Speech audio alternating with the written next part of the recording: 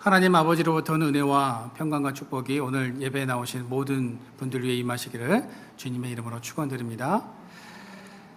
지난 목요일 국민일보 신문에 이런 기사가 실렸습니다. 유럽 대륙의 3분의 2가 올해 기후변화로 500년 만에 극심한 가뭄 피해를 입었다고 발표를 했습니다. 보고서에 따르면 지난 10일 현재 유럽은 47%가 가뭄 경고 단계였고 17%는 가뭄 경계 단계였다고 합니다. 유럽은 가뭄으로 인한 산불 등의 여파로 콩, 옥수수, 해바라기 위주의 여름철 농사가 이미 흉작을 겪은 것으로 나타났다고 합니다. 중국의 경우도 가뭄으로 인해 양쯔강 일부가 말라서 물고기가 썩는 일이 일어났다고 하죠. 우리는 이런 기사를 읽을 때마다 어떤 생각이 듭니까? 절망의 마음이 든다는 겁니다. 왜냐하면 다른 나라에서 일어나는 일들이 우리에게도 영향을 미치기 때문입니다. 세계 각국의 가뭄 사태나 코로나로 인해서 경기가 침체되기도 하고 우크라이나와 러시아 전쟁이 전 세계 경제에 영향을 미쳐서 금리가 인상되는 이런 일들이 벌어지고 있기 때문입니다.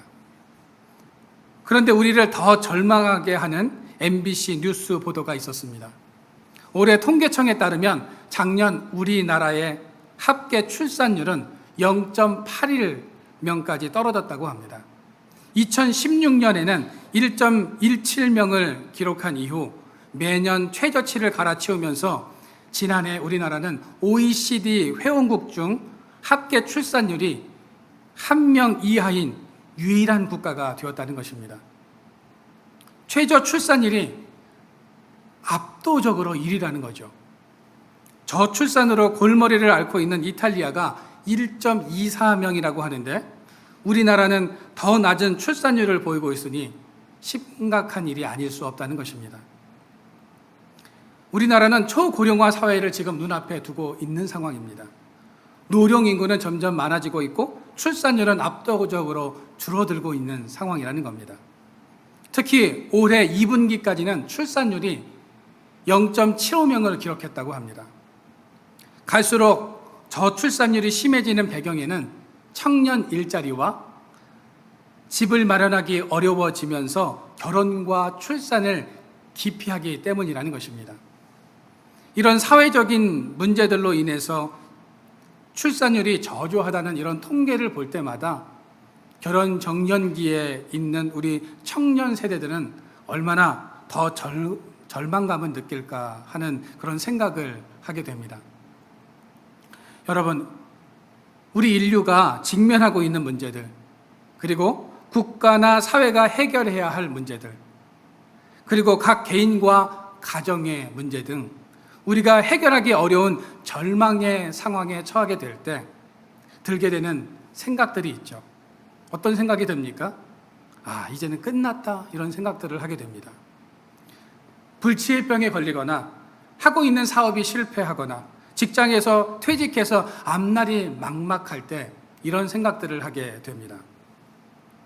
그러나 이런 생각은 우리가 품어서는 안 되는 생각들이며 경계해야 하는 생각들이다라는 겁니다.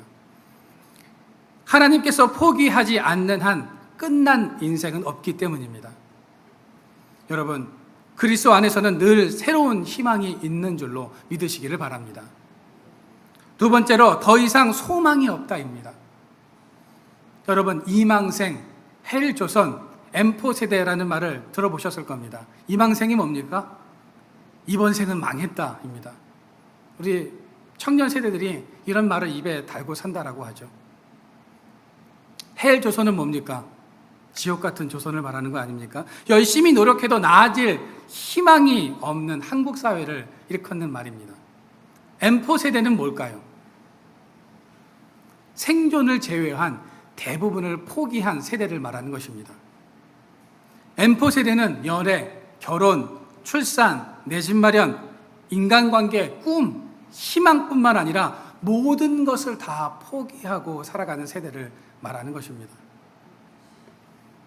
이런 신조어들은 요즘 젊은 세대들의 팍팍한 삶과 막막함을 반영하고 있는 것입니다. 아무리 노력해보고 애써봐야 소용없다는 노력의 배신, 죽기 살기로 공부해봐야 금수저 친구를 넘어설 수 없다는 공부의 배신이라는 말까지 나오고 있는 상황이라고 합니다. 이런 현실만 보면 우리에게는 희망이 없어 보입니다. 그러나 우리가 해 아래가 아닌 해 위를 바라보며 살아간다면 우리에게는 분명 소망이 있음을 믿으시기를 바랍니다. 세 번째는 아무도 나를 도와줄 수 있는 사람이 없다입니다. 사람을 믿었다가 배신당해 본 적이 있으실 겁니다. 사람은 사랑의 대상이지 믿음의 대상이 아닙니다. 사람은 언제든지 변할 수 있기 때문입니다. 여러분, 사람을 의지할 것이 아니라 하나님을 의지하시기를 바랍니다. 시편 121편 1절 말씀에 뭐라고 말씀하고 있습니까? 이 시편 기자가 내가 산을 향하여 눈을 들이라 나의 도움이 어디서 올꼬 나의 도움은 천지를 지으신 여호와에게서로다 라고 말씀하고 있습니다. 하나님은 우리를 도우십니다. 불가능해 보이는 상황 속에서 우리보다 앞서서 싸우시며 문제를 해결하여 주십니다. 이사야 41장 10절 말씀해 보십시오. 두려워하지 말라 내가 너와 함께함이라. 놀라지 말라 나는 내 하나님이 됨이라. 내가 너를 굳세게 하리라. 내가 너를 도와주리라. 참으로 나의 의로운 오른손으로 너를 어떻게 해요? 붙들리라 라고 말씀하고 계십니다. 그렇다면 우리는 앞으로 우리의 언어와 생각을 어떻게 바꾸어야 할까요? 첫째로 내 인생은 늘 새롭다고 생각을 해야 합니다. 정말 새로워져서 새롭다고 말하는 것이 아니라 새로워질 것을 기대하면서 입술로 고백해야 한다는 것입니다. 두 번째는요, 내게는 늘 소망이 있다라고 이야기를 해야 합니다. 우리 인생 속에서 소망이 없다면 그것은 죽은 것이나 마찬가지입니다. 여러분, 소망을 가지십시오. 하나님이 계시는 한 우리에게는 소망이 있는 줄로 믿으시기를 바랍니다. 세 번째로 하나님께서는 더 좋은 것을 준비하고 계시다는 사실입니다. 하나님은 우리 한 사람 한 사람을 위해서 더 좋은 것을 준비해 놓고 예배해 놓고 계십니다. 우리 교회와 우리 가정을 위해서 좋은 것을 예비해 두셨습니다. 마치 모리아산에서 이삭 대신 번제할 어린 양을 하나님께서 준비해 놓으셨던 것처럼 우리의 삶 가운데 우리를 위해서 더 좋은 것을 하나님께서는 예배해 놓고 준비해 놓고 계시다는 사실을 믿으시기를 바랍니다. 네 번째로 내게는 기도의 무기가 남아 있다는 겁니다. 아직도 우리는 기도할 수 있습니다. 구하고 찾고 두드리면 어떻게 됩니까? 내가 응답하겠다고 하나님께서 약속해 주셨지 않습니까? 기도는 하나님이 우리를 돕는 특별한 방법이고 통로입니다. 그래서 우리는 하나님께 간절히 기도해야 하는 것입니다. 명량이라는 그 영화에서 아주 유명한 대사가 있죠. 소인에게는 아직 12척의 배가 남아 있습니다. 예, 아주 유명한 대사인데요. 여러분, 우리 그리스도인들에게도 아직 기도의 무기가 남아 있음을 믿으시기를 바랍니다.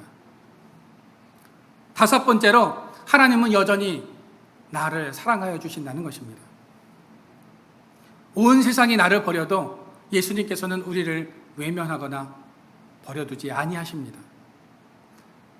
예수님은 어제나 오늘이나 변함없이 나를 사랑하여 주신다는 이 사실을 믿으시기를 바랍니다.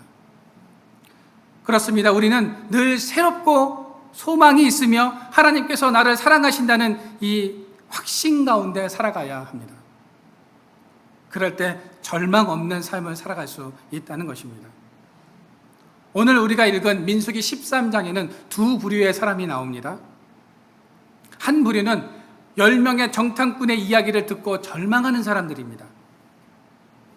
우리가 그들과 싸우면 패배할 것이라는 절망과 패배의식으로 가득 차 있는 부류가 있는가 하면 똑같은 것을 보고 왔음에도 저들은 우리의 밥이기 때문에 싸우자는 긍정적인 생각을 하는 사람들도 있었습니다. 왜 그들은 똑같은 것을 보고 왔는데도 결과적으로 다른 주장을 하고 있는 것일까요? 생각의 차이 때문입니다. 내가 세상을 바라볼 때 어떤 선글라스를 끼고 세상을 바라보느냐에 따라서 세상이 다르게 보인다는 겁니다. 내가 빨간색 선글라스를 끼면 세상이 어떻게 보입니까? 모두 다 빨갛게 보입니다. 내가 파란 선글라스를 끼면 어떻습니까? 세상이 파랗게 보이죠. 어떤 관점, 어떤 생각으로 세상을 바라보느냐에 달려 있다는 것입니다. 여호수아와 갈렙은 긍정적인 생각, 믿음의 생각으로 가나안을 바라보았고, 다른 10명은 부정적인 생각, 절망과 패배적인 생각으로 가나안 땅을 정탐하고 돌아왔습니다. 여러분, 생각의 차이가 중요합니다. 올라갑시다. 이깁니다. 싸우면 분명히 하나님께서 이기게 해주실 것입니다. 갈렙의 이 말은요, 만용이거나 허풍이 아니었습니다. 갈렙은 내가 그 땅을 너에게 주겠다고 하신 하나님의 약속에 근거해서 그 믿음을 가지고 지금 올라가자고 주장하고 있는 것입니다. 다윗과 골리앗을 한번 떠올려 보시기를 바랍니다. 객관적인 입장에서 다윗과 골리앗 싸움이 됩니까? 싸움이 안 될 정도입니다. 그러나 다윗은 골리앗과의 싸움에서 내가 골리앗과 싸워 이기겠다는 믿음의 확신을 가지고 골리앗 앞에 섰다는 것이죠. 이것이 허풍입니까? 아닙니다. 그렇다면 다윗은 어떻게 이런 고백을 할 수 있었을까요? 다윗은 하나님께서 자신과 함께 하신다는 사실을 잘 알고 있었기 때문입니다. 하나님께서 함께 하시면 환경과 상황은 문제가 되지 않습니다.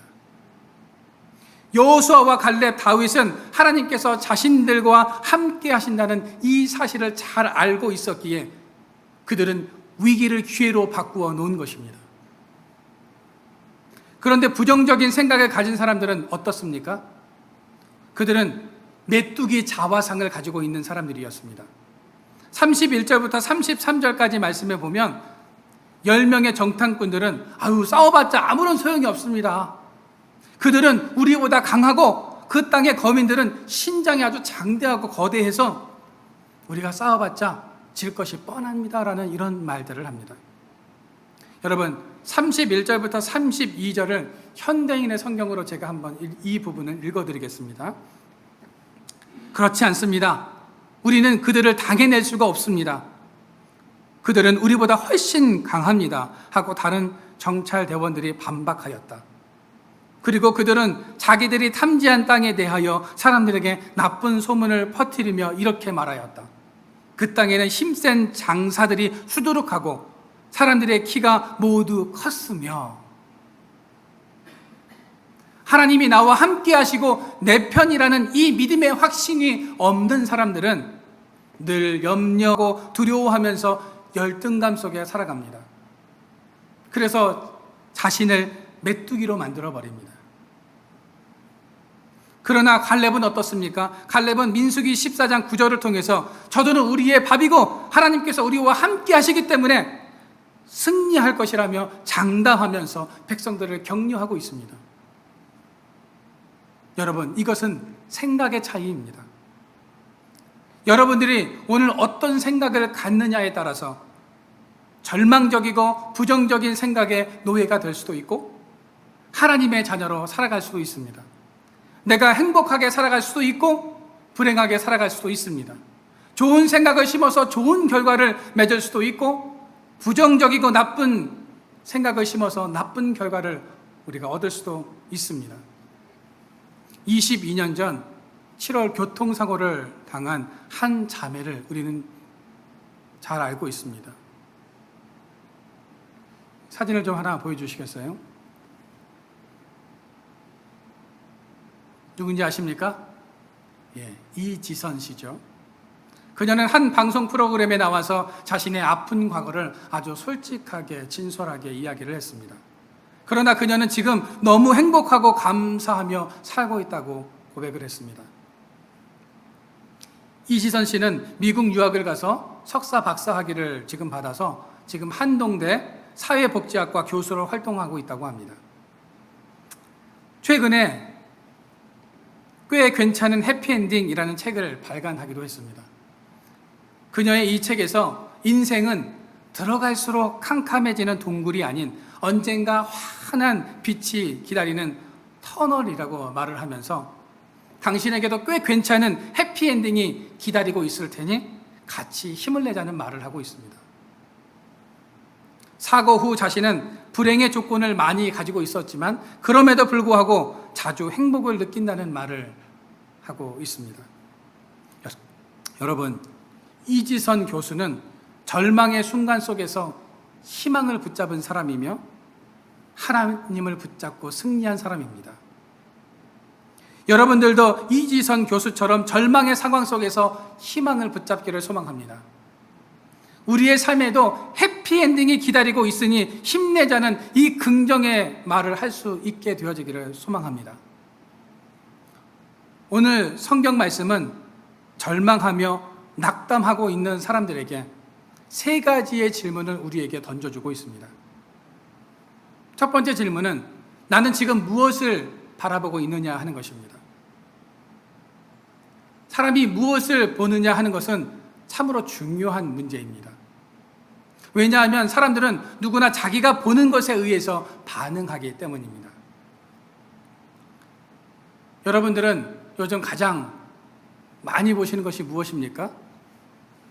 성경을 많이 보고 계시다면 그 사람은 성령의 사람일 것입니다. 그러나 드라마를 많이 보고 계시면 어때요? 드라마의 모든 내용들을 다 꿰뚫고 있는 달인의 경지에 이르게 될 것입니다. 어떤 부인이 어린 아들과 함께 살았습니다.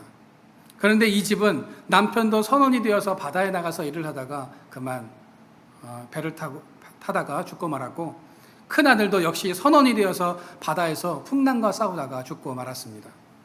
그래서 이 어머니는 아직 나이가 어린 작은 아들만큼은 절대로 선원을 시켜서는 안 되겠다라고 생각이 들어서 아주 바다와 멀리 있는 곳으로 이사를 와서 사는데, 그 작은 아들이 어느 날 엄마 나는 선원이 될 거야 라고 이런 이야기를 하는 것이었습니다. 엄마가 아무리 말려도 소용이 없었습니다. 그래서 동네 목사님께 신방을 요청했습니다. 목사님이 그 집에 신방 예배를 드리러 갔는데 그 집에 들어서자마자 눈에 탁 들어오는 그림이 한 점 있었습니다.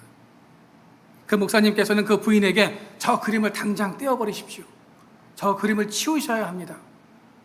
그 그림은 넓은 바다에서 한가운데서 파도와 싸우는 멋진 선원이 그려져 있는 그림이었습니다. 그 그림을 치워버리자 선원이 되겠다던 그 작은 아들의 생각도 달라지더라는 것입니다. 이처럼 눈으로 보는 것이 우리의 인생을 결정하게 되는데 중요한 역할을 한다는 겁니다. 여러분, 오늘 본문에 보면 12명의 정탐꾼들이 가나안 땅에 들어가서 많은 것을 보고 돌아왔습니다. 그 중에 10명은 가나안 땅이 젖과 꿀이 흐르는 비옥한 땅이고 실과가 탐스럽게 열리는 좋은 땅임을 보고 왔습니다. 뿐만 아니라 그 땅에 사는 사람들이 체구가 아주 건장하고 힘도 세고 싸움도 잘 하도록 단련된 사람이라는 것을 보았습니다. 또한 그 땅에서 견고하고 큰 성벽이 쌓여져서 성벽을 넘어가거나 그 성벽을 무너뜨리기가 결코 쉽지 않다는 것을 보고 왔습니다. 그것을 보고 돌아와서 자신들과 비교해 보니까 오늘 말씀처럼 자신들이 메뚜기처럼 아주 작고 무능해 보이고 보잘것없어 보였다는 것입니다. 어쩌면 10명의 정탐꾼들이 본 것은 정확한 현실일지도 모르겠습니다. 잘못 본 것이 결코 아니었습니다. 그들의 판단이 틀린 것도 아니었습니다.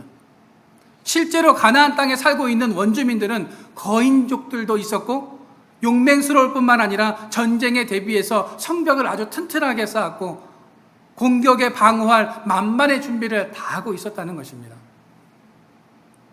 거기에 비하면 먼 광야길을 행진하면서 지칠 대로 지쳐있는 이스라엘 백성들의 능력으로는 그들과 싸워서 이긴다는 것은 거의 불가능하다는 것을 그들은 알고 있었다는 거죠. 이러한 현실을 분명하게 꿰뚫어 보았던 10명의 정탐꾼들이 가나안 땅 정복은 불가라는 그런 결론을 내리게 된 것입니다. 그래서 백성들에게 이렇게 보고를 하죠. 우리가 그 백성을 차지하지 못하리라. 그들은 우리보다 강하니라. 우리는 스스로 보기에도 메뚜기와 같으니 그들이 보기에도 그럴 것이다 라는 이런 보고를 했던 것입니다. 그런가 하면 나머지 2명의 정탐꾼들은 똑같은 정탐을 하고 돌아왔지만 전혀 다른 보고를 하고 있습니다. 왜 정탐꾼들이 서로 상반된 보고를 하고 있는 것일까요? 생각의 차이도 있었지만 더 중요한 것은 믿음의 차이 때문이었습니다. 2 사람은 우리가 곧장 올라가서 그 땅을 취하자, 우리가 능히 이기리라 라고 이야기를 합니다. 똑같은 상황이지만 우리가 지금 무엇을 보느냐에 따라서 상황이 정반대로 달라질 수도 있다는 것이죠. 우리의 현실만을 보는 것이 아니라 믿음의 눈을 크게 뜨고 나와 항상 함께 계시는 하나님을 바라볼 수 있어야 한다는 것입니다. 모든 한계 상황에서 능력을 나타내시고 위기 속에서 나를 건져주시는 그 하나님을 볼 수 있어야 하는 것입니다. 우리에게 그런 믿음의 눈이 필요합니다. 2번째 질문은 나는 지금 무엇을 듣고 있느냐 하는 것입니다. 이스라엘 백성들은 갈렙과 여호수아의 말을 듣기보다는 10명의 정탐꾼들의 말에 귀를 더 기울였습니다. 그러다 보니 그들의 영향을 받아 모세와 하나님을 원망하고 불평하고 대적하면서 무서운 폭도로 변해갔습니다. 모세와 아론 그리고 갈렙과 여호수아를 돌로 쳐서 죽이려고 합니다.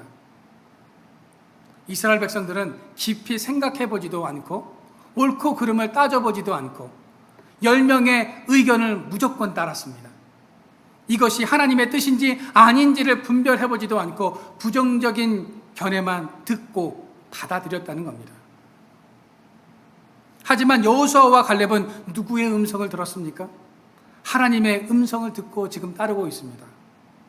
하나님의 계획과 뜻이 어디 있는지 그 음성을 듣고 따랐다는 것입니다.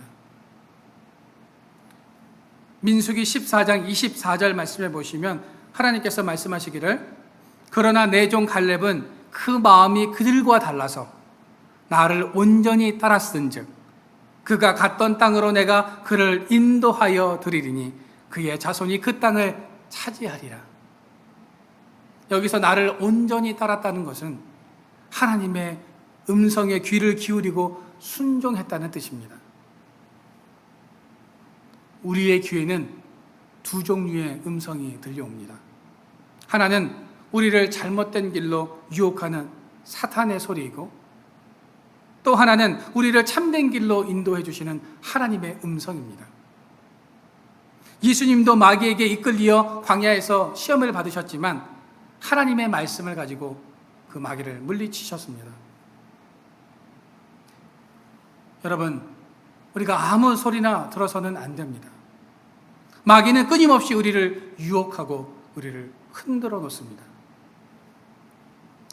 아랍 상인이 추운 겨울 사막에서 천막을 쳐놓고 살을 에이는 찬바람을 피해서 아주 편하게 그 천막에서 쉬고 있었습니다. 밖에는 낙타가 떨면서 그 추위에 힘들어하고 있었습니다. 이 낙타가 내려진 천막을 제치고 고개를 쓱 뒤밀어서 주인에게 고개만 좀 넣고 있자고 청했습니다. 주인은 좀 못마땅했지만 그렇게 하라고 승낙을 했습니다. 그런데 조금 있다가 이 낙타가 내 어깨가 몹시 춥습니다. 제발 좀 제 어깨와 앞발을 이 천막에 들여놓을 수 있도록 좀 해주세요라고 이 주인에게 청을 합니다. 주인은 낙타의 어깨와 앞발을 들여놓도록 허락했습니다. 조금 있다가 이 낙타는 살며시 주인에게 다시 접근을 해서 처량한 목소리로 자기의 몸과 뒷발이 들어올 수 있도록 해달라고 애원을 합니다. 할 수 없이 주인은 이에 동의를 하죠.